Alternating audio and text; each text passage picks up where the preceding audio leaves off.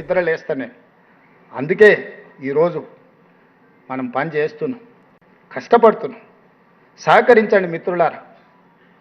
రోజుకో గంట ఎక్స్ట్రా పని చేద్దాం, ఆదాయాన్ని పెంచుదాం. ఎక్కడెక్కడైతే అక్రమార్కులు ఉన్నారో వాళ్ళని నియంత్రిద్దాం. ఆనాడు వాళ్ళ హయంలో ఏ విధంగా అయితే అక్రమార్కులను పెంచి పోషించిండ్రో ఈరోజు ఆ అక్రమార్కులను కట్టడి చేస్తే ఆదాయం పెరుగుద్ది. ఆ ఆదాయమే మీ జీత భత్యాలు కావచ్చు, మీ బీమా కావచ్చు, మీ ఆరోగ్య భద్రత కావచ్చు, మీ పిఆర్సీ కావచ్చు, ప్రజలకు అందించే సంక్షేమ పథకాలు కావచ్చు. వీటన్నిటిని అమలు చేయడానికి నేను ఏమీ మీ నుంచి ఆశిస్తలేదు. రోజుకొక గంట అదనంగా పనిచేయండి మిత్రులారా. మార్పు తీసుకొద్దాం ఈ దేశంలోనే. నేను చెప్పిన తెలంగాణ రైజింగ్ 2047లో 2034కి తెలంగాణ రాష్ట్రాన్ని $1 ట్రిలియన్ ఎకానమీకి నేను తీసుకెళ్తా. అక్కడి నుంచి 2047 100 సంవత్సరాల స్వతంత్ర ఉత్సవాలు జరుపుకునేటప్పటికీ తెలంగాణ రాష్ట్రం $3 ట్రిలియన్ ఎకానమీకి వెళ్తుంది అనే ఒక భవిష్యత్ ప్రణాళికలని ఈరోజు మనం రచించుకొని ముందుకు వెళ్తున్నాం. ఇది ఆషామాషి ప్రణాళిక కాదు, ఇది భవిష్యత్తుకు దిక్సూచి.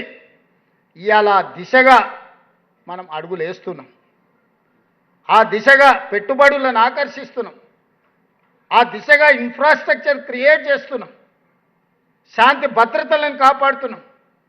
ఇంటర్నేషనల్ స్టాండర్డ్ ఇన్ఫ్రాస్ట్రక్చర్ లేకపోయినా, శాంతి భద్రతలు 100% ఉండకపోయినా పెట్టుబడులను ఆకర్షించలేము. పెట్టుబడులు పెట్టేవాళ్ళు రారు. పెట్టుబడులు పెట్టేవాళ్ళు రాకపోతే మన పిల్లలకు ఉద్యోగ ఉపాధి అవకాశాలు రావు. ఇవాళ ఉద్యోగ ఉపాధి అవకాశాలు ఇవ్వాలన్నా, రాష్ట్రాన్ని ఆర్థిక ప్రగతి పట్టాలు ఎక్కించాలన్నా, ఈ రాష్ట్రంలో శాంతి భద్రతలను కాపాడాల్సిన బాధ్యత మన అందరి మీద ఉంది. ఈ రాష్ట్రానికి ఆదాయాన్ని పెంచాల్సిన బాధ్యత మన అందరి మీద ఉంది. ఈరోజు తెలంగాణ రైజింగ్ 2047కి దేశంలో $30 ట్రిలియన్ ఎకానమీకి భారత ప్రభుత్వం ప్రణాళికలు వేస్తే అందులో 10% కంట్రిబ్యూషన్ మనం ఇవ్వాలనుకుంటున్నాం. ఈనాడు దేశ జనాభాలో మనం 2.5% ఉంటే ఈరోజు 5% జీడిపి మనం తెలంగాణ రాష్ట్రం నుంచి ఇస్తున్నాం. రేపు ఇదే 2.5% 10% ఆర్థికంగా జీడిపిలో దేశ ఆర్థిక వ్యవస్థలో భాగస్వాములను కావాలి అని ఈరోజు అభివృద్ధి ప్రణాళికలు రచించుకొని ముందుకు వెళ్తున్నాము. ఇందుట్లో మీ సహకారం ఉండాలి. ఇది నేను ఒక్కడిని కష్టపడితే సాధ్యమయ్యే పని కాదు. మీకందరికీ ముందల నిలబడి ముందుకు తీసుకెళ్తాను. మీరందరూ నాకు అండగా నిలబడితేనే ఈ వ్యవస్థ సాధ్యమవుతుంది. ఈ దేశంలో తెలంగాణ రాష్ట్రాన్ని మనం నెంబర్ 1గా నిలబెట్టుకోగలుగుతాము. ఈ దేశంలో తెలంగాణ రాష్ట్రం నెంబర్ 1గా ఉండాలి అంటే నా ఉద్యోగ సోదరులందరూ నాకు సహకరించాలి.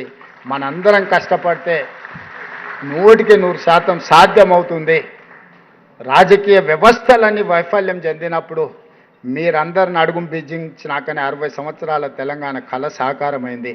తెలంగాణనే సాధించగలిగిన మీరు ఆర్థిక వ్యవస్థను సృష్టించలేరా అని నేను అడుగుతున్నా. తెలంగాణ ఉద్యమంలో మనందరం ప్రత్యక్ష భాగస్వాములమే కదా. రాజకీయ వ్యవస్థలని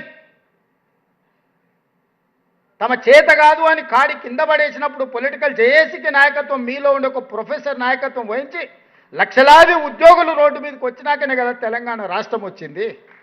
కొంతమంది తమ ఖాతాలో రాసుకోవచ్చు, అధికారం వచ్చింది కదా అని రాసుకున్నదే చెల్లుతుంది, చెప్పిందే వేదంగా ఉంటుంది అని అనుకున్నారు. కానీ అట్లా అనుకున్న మహామహులం అనుకున్న వాళ్ళందరూ కూడా కాలగర్భంలో కలిసిపోయారు. మన కళ్ళ ముందల నిజామే ఉన్నాడు. నిజాం కంటే కొత్త ఉదాహరణ మనకేది అక్కర్లేదు. అందుకే ఈరోజు ప్రజలు రాసుకున్న తెలంగాణ, ప్రజల కోసం తెచ్చుకున్న తెలంగాణ, ప్రజల కోసం పనిచేస్తున్న ప్రభుత్వ ఉద్యోగులకు భద్రత కల్పించే బాధ్యత మాది. 100% నిష్పక్షపాతంగా నిస్సందేహంగా ఈ ప్రభుత్వం మీకోసం ఉంటుంది అని మీ అందరికి తెలియజేస్తూ మీ దగ్గర సెలవు తీసుకుంటున్న మిత్రులారా.